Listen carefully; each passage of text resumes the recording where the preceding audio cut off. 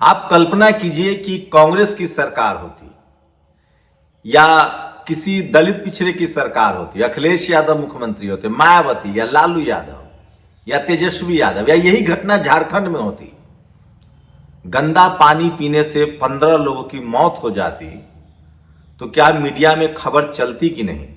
क्या मीडिया वहां के मंत्री से कम इस्तीफा मांग लेता कि नहीं?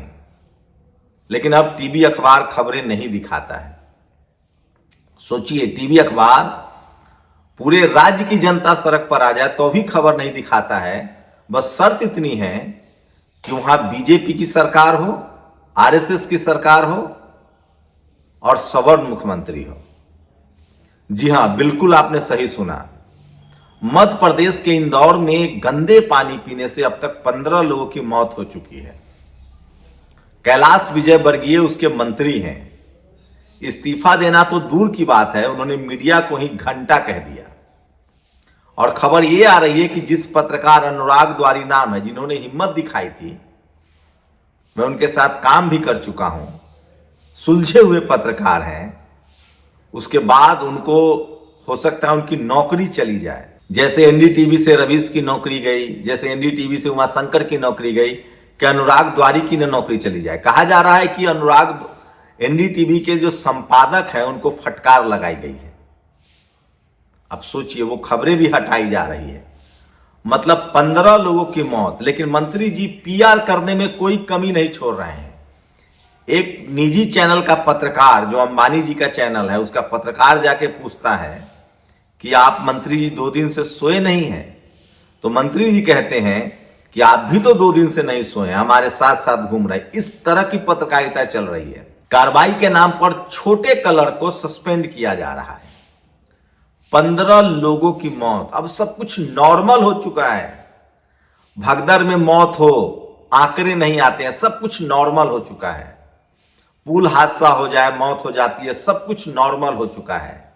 यह देश लॉकडाउन में मरने वालों के समय से ही नॉर्मल हो चुका है। यह देश नोटबंदी के समय लाइन में लगकर जो लोग मर गए, जिनके घर में शादियां टूट गई, सब नॉर्मल हो चुका है। क्योंकि टीवी अखबार के पास वक्त ही नहीं है सवाल पूछने के लिए।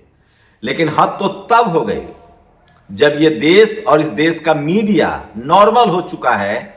किसी अंकिता भंडारी के लिए भले लोग सड़कों पर हों, लेकिन उत्तराखंड के लोग नॉर्मल नहीं हुए हैं। लगातार बीजेपी के नेता इस्तीफा दे रहे हैं, महिला नेताएं इस्तीफा दे रही हैं, महिलाएं हंसिया लेकर धरना प्रदर्शन कर रही है। लेकिन क्या मजाल है कि टीवी अखबार में कोई शो हो जाए, कोई कार्यक्रम हो जाए।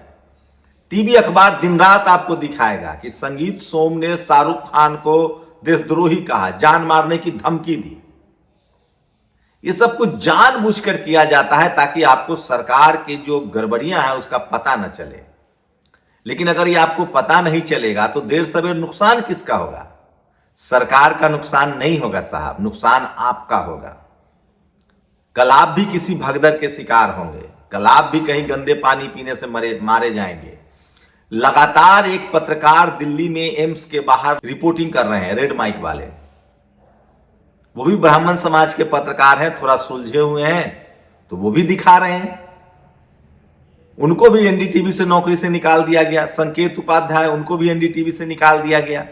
तो जो इक्का दुक्का पत्रकार थे उनको निकाल दिया गया। बाकी जो सरकार से सवाल नहीं पूछ रहे हैं, जो चापलूसी कर रहे हैं, वो सब नौकरी बजा रहे हैं।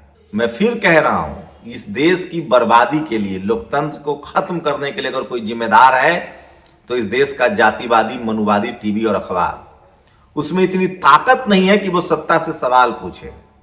और ताकत इसलिए नहीं कि वो कमजोर है, वो मजबूत है।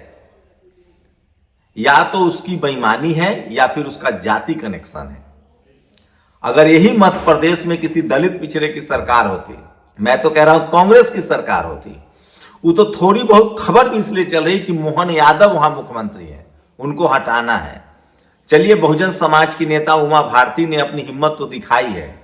उन्होंने कहा है कि जिस तरह से 15 लोगों की मौत हुई है, किसी पर तो कार्रवाई हो, कोई तो अकाउंटेबल हो। वही उत्तराखंड में सोचिए, सिंगर वाला मामला याद है। एक योगिता भयाना चूंकि दिल्ली में सड़कों पर उतरी, सोशल मीडिया में आवाज उठी, तब जाकर फिर से उनको न्याय मिला है। अब उन्होंने अंकिता भंडारी को लेकर बड़े सवाल उठाए हैं। पूरा उत्तराखंड के लोग कैंडल मार्च कर रहे हैं, सड़कों पर निकल रहे हैं, लेकिन देश को पता ही नहीं चलेगा क्योंकि टीवी अखबार दिखा नहीं रहा है। वो तो शुक्र हो इस समय सोशल मीडिया का, अगर एक्स ना हो, यूट्यूब ना हो, फेसबुक ना हो, इंस्टा ना हो तो लोगों को पता ही ना चले।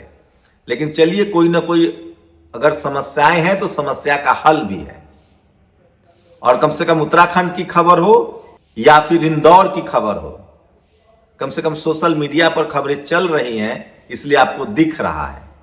लेकिन सोचिए, टीवी अखबार और ये सारे पत्रकार दिन भर एक ही काम है, या तो सरकार का गुणगान करना या सरकार को चुनाव जिताना। बंगाल चुनाव ये लोग जिताने में लगे हुए हैं। अगर आप इस देश के आम नागरिक हैं, आप दलित, पिछड़ा, किसान, आदिवासी, अल्पसंख्यक है, तब तो आपकी बात है टीवी अखबार वाला पहले भी नहीं करता था।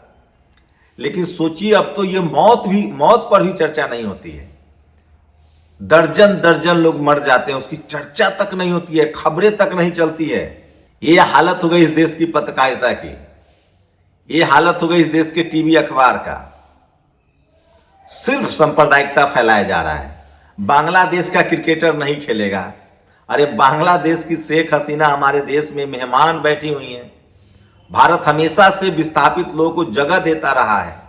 कभी तस्लीमा नसरीन रही है यहाँ। और रही बात बांग्लादेश की, तो ये सरकार का काम था। बांग्लादेश में जो हो रहा है वो गलत हो रहा है। वहां अल्पसंख्यक समुदाय को मारा जा रहा है। लेकिन ये बात तभी आप बोलेंगे जब आप अल्पसंख्यक समुदाय पर अन्याय नहीं करेंगे। ये सबसे बड़ी खबर है जो मैं आपको बता रहा हूं। सोचिए, भारत में सिखों पर हमले हुए हैं, भारत में बुद्धिस्टों पर हमले होते हैं, भारत में रोज मुसलमानों पर हमले हो रहे हैं, जाति के नाम पर दलित पिछड़ों पर हमले हो रहे हैं। आप कल्पना कर सकते हैं कि किस तरह के हालात हैं। तो लगातार देश को धार्मिक उन्माद में धकेला जा रहा है।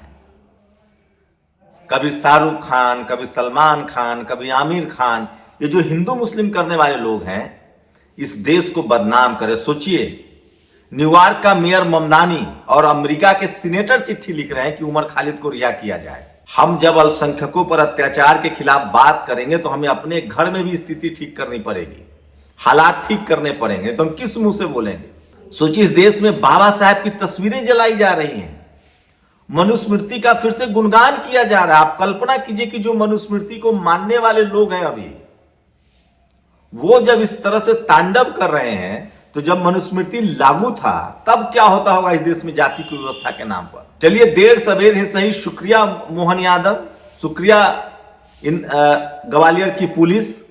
बाबा साहेब की मूर्ति हाईकोर्ट परिसर में ग्वालियर में नहीं लगने दी गई, अनिल मिश्रा जी ने नहीं लगने दिया। अब उनको पुलिस ने अरेस्ट किया है क्योंकि बाबा साहब की तस्वीरें जलाई गई। लगातार सामाजिक सद्भाव को खराब किया जा रहा है, लगातार जातीय उन्माद को बढ़ाया जा रहा है, सांप्रदायिकता को बढ़ाया जा रहा है। लेकिन ग्वालियर पुलिस ने ठोस कार्रवाई की है। वहीं यूपी से खबर है, जबरिया रिटायर्ड जो है वो धरने पर बैठे हुए हैं जेल में। वो कह रहे हैं कि हमारी सीडी मिले, हमारी टीडीआर मिले।